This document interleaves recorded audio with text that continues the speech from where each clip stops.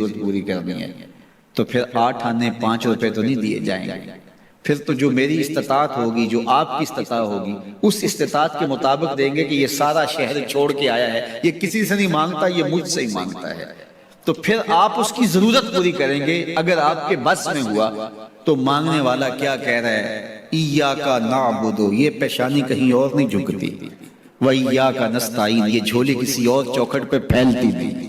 وہ کریم، وہ مالک رب جو تمام جہانوں کا رب ہے، میں اس کی دہلیز پہ کھڑا ہوں اور آیا سیدھا اسی کی دہلیز پہ ہوں، نہ اس سے پہلے کسی در پہ گیا ہوں، نہ اس کے بعد کسی در پہ جانا ہے، تو پھر مالک بھی کرم نوازیاں اور رحمتیں اس کی جھولی میں ڈال دیتا ہے۔ اب اتنی لمبی تمہید باندھنے کے باوجود مانگا کیا؟ ذرا غور کیجئے، یہ وہ ہے جو ہم ہر روز ہر نماز کی ہر رکعت میں مانگتے ہیں، اور مانگنے کا طریقہ کتنا خوبصورت ہے، اور مانگنے والے یوں ہی مانگا کرتے ہیں۔ پہلے جس سے مانگنا اس کی تعریفیں کرتے ہیں۔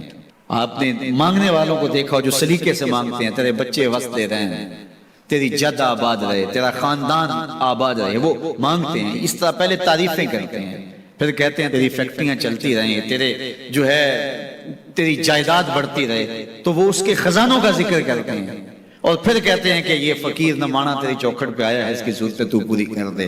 اب بندہ بھی اللہ کے حضور جب حاضر ہوتا ہے تو مانگنے کا سلیقہ کیا ہے؟ سب سے پہلے کہتا ہے الحمدللہ رب العالمین، میں کسی کنگال کی چوکھٹ پہ نہیں آیا، تمام جہانوں کے پالن ہار کی چوکھٹ پہ آیا۔ اسی کی تعریفیں اختیاری بھی غیر اختیاری بھی، واسطے کے ساتھ بھی بلا واسطے کے ساتھ بھی، اسی کی خوبی ہیں، سارے اسی کے کمال ہیں، وصف سارے اسی کے ہیں۔ پھر اس کے بعد کہتا ہے الرحمن الرحیم، وہ رحمان بھی ہے، وہ رحیم بھی ہے۔ پھر اس کے بعد کہتا ہے مالک یوم الدین، وہ دنیا کا ہی مالک نہیں، آخرت کا بھی مالک ہے، یوم حساب کا بھی مالک ہے۔ پھر اس کے بعد اپنی وفاداری جتلاتے ہوئے کہتا ہے ایاک نعبد و ایاک نستعین، مالک سارا جہاں بس رہا ہے، میں نے کسی سے نہیں مانگا، میں نے جھولی تیری چوکھٹ پہ پھیلائی ہے، میری پیشانی تیرے حضور جھکتی ہے، یہ پیشانی کسی اور کے حضور کبھی نہیں جھکی نہ جھکے گی۔ یہ سب عرض کرنے کے بعد پھر مانگتا کیا؟ اہدنا الصراط المستقیم، مالک مجھے سیدھی راہ پہ چلا دے، میں تیرے حضور آیا ہوں، مجھے ہدایت کا نور عطا کر دے۔ انشاءاللہ یہ ہدایت کیا ہے اور ہدایت کی قسمیں کیا ہیں، اور پھر اس دعا کا جواب اللہ کی طرف سے کیا آتا ہے، اور بندے پہ کتنی کرم نوازیاں ہوتی ہیں، انشاءاللہ یہ مضمون کل ہوگا۔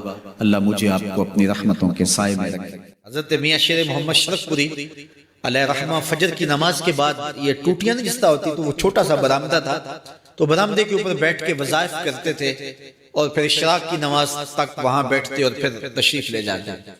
گرمی کی شدت تھی تو حضرت فرائض کی ادائیگی کے بعد وہاں چلے گئے، تو نمازیوں نے آپس سے مشورہ کیا کہ یار حضرت کو عرض کریں کہ بارش کے لیے دعا کی جائے، تو حضرت جا کے وہاں اپنے وظائف میں لگ گئے۔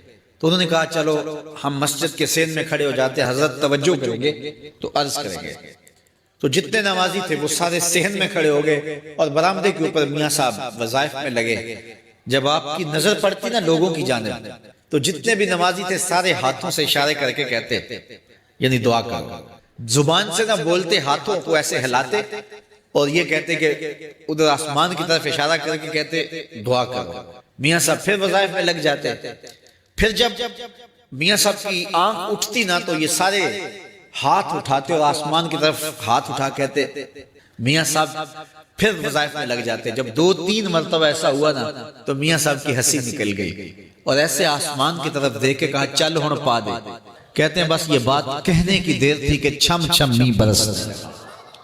تو جب کوئی حضور کا ہو جاتا ہے تو رب اس کو اپنا محبوب بنا لیتا ہے۔ تو حضور کی محبت خدا کی محبوبیت کا ذریعہ ہے، اس لیے ہمیں حضور کا پیار اپنی روحوں میں موجزن کرنا ہے، حضور کی محبت اپنی روحوں میں اتارنی ہے، اور محبت اپنے تمام تر تقاضوں کے ساتھ جب روح پذیر ہوگی تو پھر ہمارا انداز زندگی بھی سنور جائے گا، ہماری آخرت بھی سنور جائے گی۔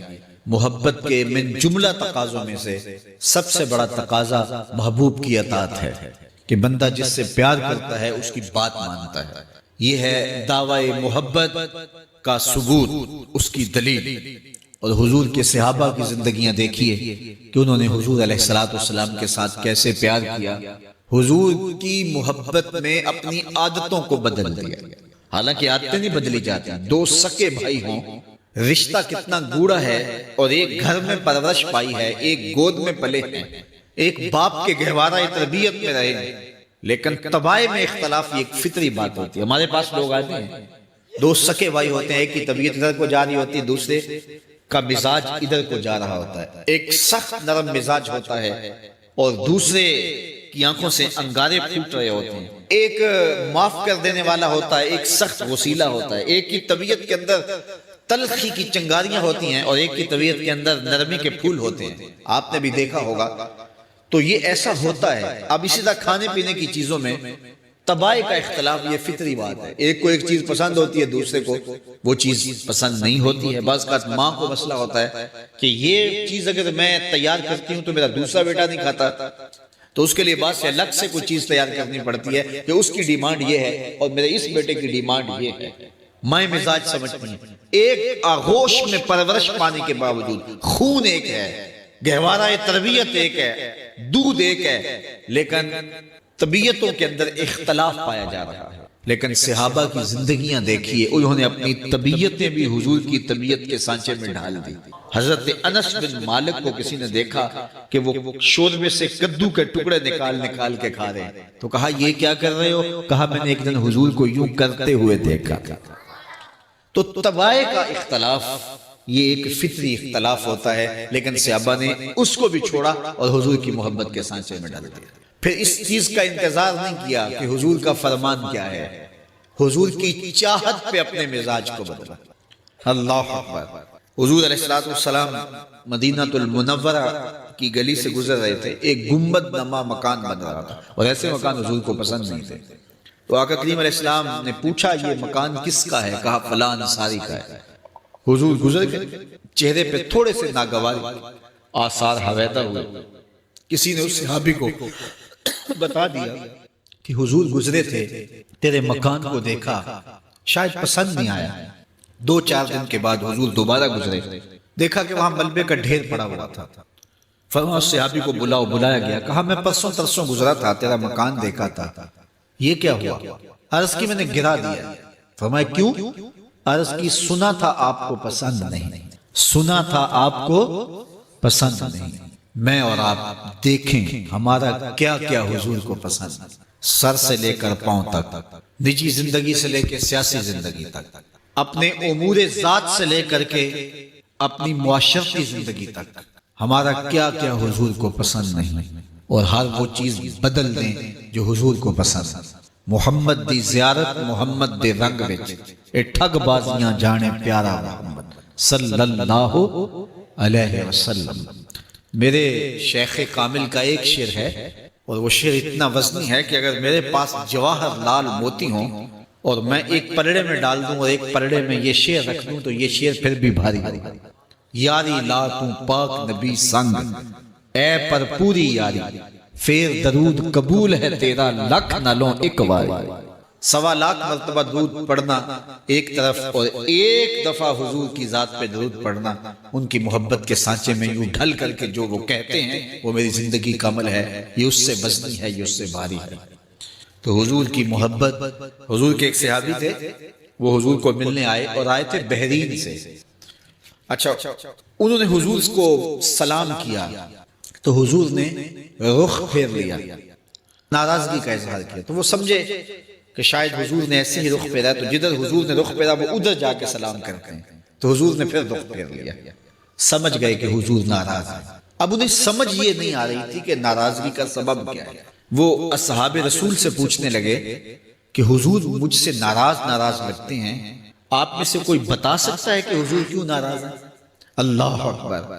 آج تو کوئی بڑا باپ ہو، مرشد ہو، استاد ہو، ناراض ہو جائے اور شاگرد کو ناراضگی کی وجہ معلوم نہ ہو تو وہ الٹا ناراض آگے سے ہو جاتا ہے کہ میں نے جرم کیوں کیا ہے کہ استاد کا مزاج بگڑ گیا ہے.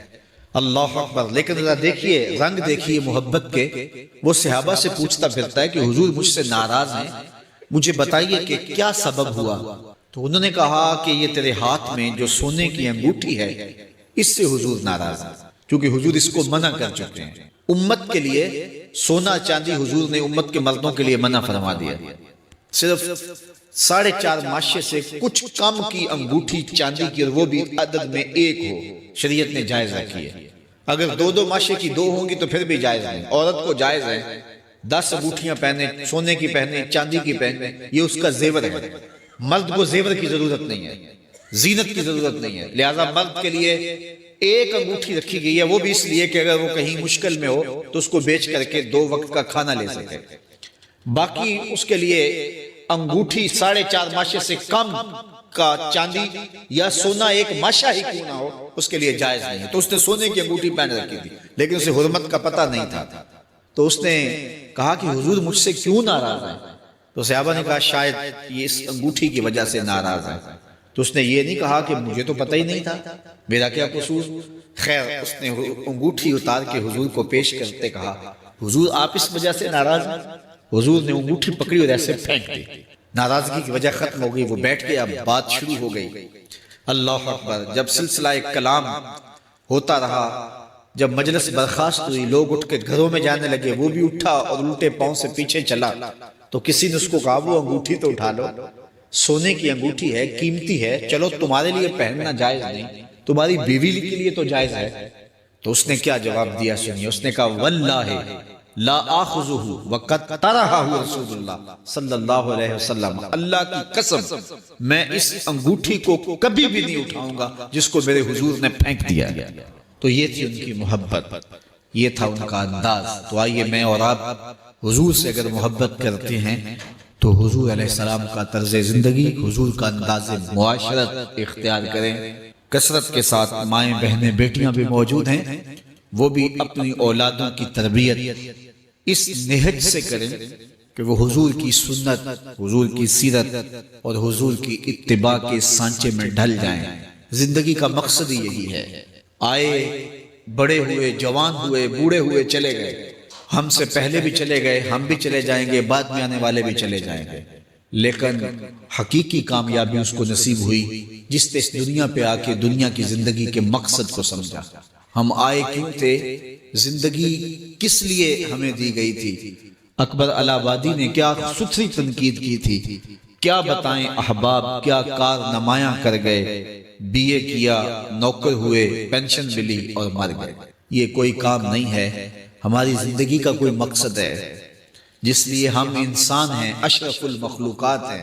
دیکھیے گدھا سارا دن بوجھ اٹھاتا ہے، اللہ اکبر۔ میرے صاحب نے ایک گدھے سے بھی ایک موازنہ کیا ہے کہ سارا دن جو ہے وہ بوجھ اٹھائے اور کام کرے، اور پھر مالک اس کو غذا بھی نہ دے، وہ جا کے روڑیوں سے اور باہر سے جا کے چر کے پھر آ کے کام مالک کا کرے، مالک اس کو دے بھی نہ، اور وہ باہر سے کھا کے آئے اور کام مالک کا کرے۔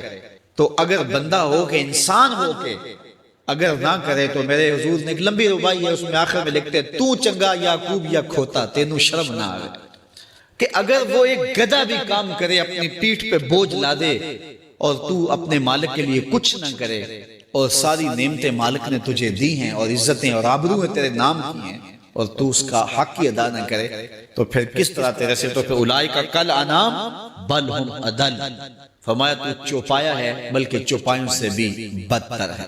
تو میں اور آپ اپنے آپ کو انسان ثابت کریں۔ آج موقع ہے، سے ثابت نے اجے حواس تیرے، سے ثابت نے اجے حواس تیرے، کر لے نیکیاں رج کے تو، اڑیا رب رسول کیوں پل بیٹھوں، آ رب رسول ول پج کے، آئی موت ایتھے رہسن کم تیرے، آئی موت ایتھے رہسن کم تیرے، نیکیاں کر لے پج کے تو، کی آنکھ سن لوگ یعقوب تینوں، جب ٹر پیوں سر منہ کج کے تو۔ وہ وقت آئے گا جب تنیاں باندھ دی جائیں گی، جب دونوں جانب سے کفن باندھ دیا جائے گا، پھر پردہ ہٹا کے دیکھا جائے گا، پھر بند کر دیا جائے گا۔ وہ لمحے کتنے دردناک ہوں گے، وہ گھڑیاں کتنی دردناک ہوں گی۔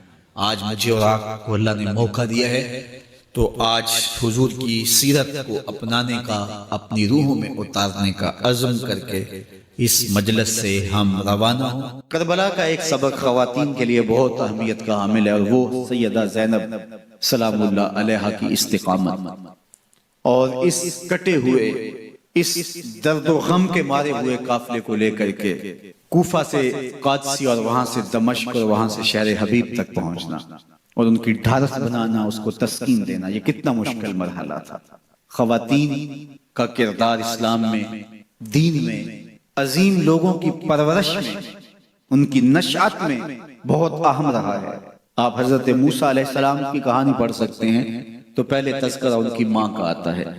اس دور کے یزید، فرعون کے سپاہی بچے ماؤں کی گودوں سے چھین کر کے کاٹ دیتے ہیں، اور حضرت موسیٰ علیہ السلام کی زندگی بھی اس خطرے سے دو چار ہوتی ہے تو اپنے بیٹے کو ایک صندوق میں ڈال کے دریائے نیل کی موجوں کے سپرد کر دیتے ہیں، اور پھر کس طرح اللہ دوبارہ بیٹے کو ماں کی گود تک پہنچاتا ہے، وہ کہانی آپ نے کتاب رحمت قرآن مجید سے بارہا پڑھی ہوگی۔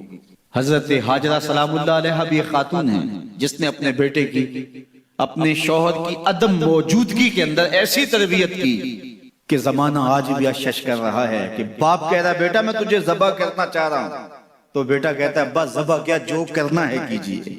اقبال کہتا ہے یہ فیضان نظر تھا یا کہ مکتب کی کرامت تھی، سکھائے کس نے اسماعیل کو آداب فرزند، وہ ماں تھی جس نے بتایا باپ کیا ہوتا ہے۔ تو جب مائیں بیٹوں کو آداب فرزندی سکھاتے ہیں تو بیٹے شاکار زمانے کا بنتے ہیں۔ تو یہ ماں تھی جس کا کردار سیدہ ہاجرہ سلام اللہ علیہ، حضرت مریم سلام اللہ علیہ کا کردار دیکھیے۔ حضرت عیسیٰ کی کہانی شروع ہوتی ہے تو پہلے ذکر سیدہ مریم کا آتا ہے۔ تو یہ بات ذہن میں رکھیے گا کہ خواتین کا کردار ناقابل فراموش ہے۔ جو بھی کارہائے نمایاں سر انجام پائے ہیں اور تحریکوں کی نہضت اور ناشد ہوئی ہے، اس کے پیچھے جو ہے وہ کسی خاتون کی محنتوں اور اس کی کد و کاوش اور اس کی جانسوزیوں اور جگر کاویوں کا سلسلہ ضرور موجود ہے۔ اب کربلا کی تاریخ ادھوری رہتی ہے جب تک حضرت سیدہ زینب کا کردار سامنے نہیں آتا۔ میں ایک جملہ کہوں اور وہ یہ کہ حضرت امام حسین رضی اللہ تعالی عنہ نے کربلا فتح کیا ہے، زینب نے شام فتح کیا ہے، اور حضرت زینب کی خطابت کے تن تنے اور جس انداز سے آپ نے مخاطبہ کیا، اللہ اکبر، واقعی وہ علی کی بیٹی ہیں، حسین ابن علی کی ہمشیرہ ہیں اور خون نبوت ہے۔ تو کربلا کا یہ درس ہمیں کبھی بھی بھولنا نہیں چاہیے کہ خواتین کا ایک کردار ہوتا ہے، اور اس کردار کو جب وہ فراموش نہیں ہونے دیتی تو اس کے دیر پا اثرات مرتب ہوتے ہیں۔ جو مرد ہوتے ہیں ان کی ایک اور طرح کی ذمہ داریاں ہوتی ہیں، لیکن اندرون خانہ ذمہ داریوں کو جب خواتین دیانت کے ساتھ سنبھالتی ہیں تو قومیں بنتی ہیں اور جو ہے وہ تاریخیں رقم ہوتی ہیں۔ تو حضرت زینب سلام اللہ علیہ کا کردار ایک عصمت شیار ماحول اور تقدس مآب معاشرت کی تشکیل کا سبب اور ذریعہ ہے، اور آپ کربلا سے لے کر مدینے تک کس طرح سے اس قافلے کی رہنمائی کرتی ہیں۔ آخری بات، حضرت امام حسین رضی اللہ تعالی عنہ نے ظلم، ناانصافی اور جبر کے خلاف کھڑے ہو کر کے حقیقی طور پہ کامیابی اور کامرانی حاصل کی۔ جس طرح میں نے کہا کہ تلوار نہیں جیتی، خون جیتا ہے۔ مظلومیت خود بڑی طاقت ہے، خود بہت بڑی قوت ہے۔ تو حضرت امام حسین سر بلند ہوئے، سر خرو ہوئے، سمندر کی پاتال تک تو شاید کوئی پہنچ گیا ہو، لیکن ماں کے پیار کا کنارہ آج تک کسی کو نہیں ملا۔ ماں جب بولتی ہے تو اس کے لہجے میں جبریل بولتا ہے، ماں جب مسکراتی ہے تو لگتا ہے جنت کی ساری کلیاں کھل اٹھی۔ اللہ نے اس کے سینے میں وہ درد، وہ درد، وہ محبت، وہ الفتوں کا ایک جہاں آباد کر دیا ہے۔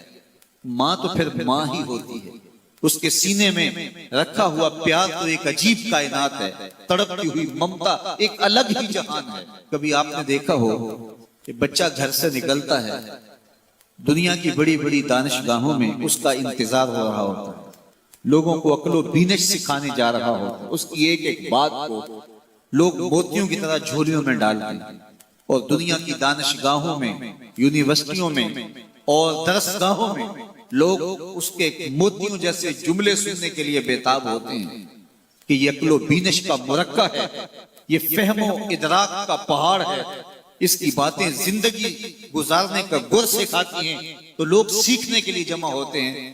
لیکن وہ شخص جب گھر سے نکلتا ہے تو ماں کتنے بھولے انداز میں کہتی ہے، پتر ذرا سڑک دھیان سے عبور کرنا۔ جو دنیا کو عقل و بینش کا سبق سکھانے جا رہا ہے اس کو یہ بھی نہیں پتا کہ سڑک کیسے عبور کرنی۔ لیکن ماں کے پیار کا روح ہے، یہ ماں کی محبت کا تیور ہے، یہ اس کی الفت کے رنگ ہیں۔ اور جب تک بچہ گھر پلٹ نہیں آتا، بیٹا واپس نہیں پہنچ جاتا، ماں کے دل میں کھٹکا رہتا ہے اور وسواس میں رہتا ہے۔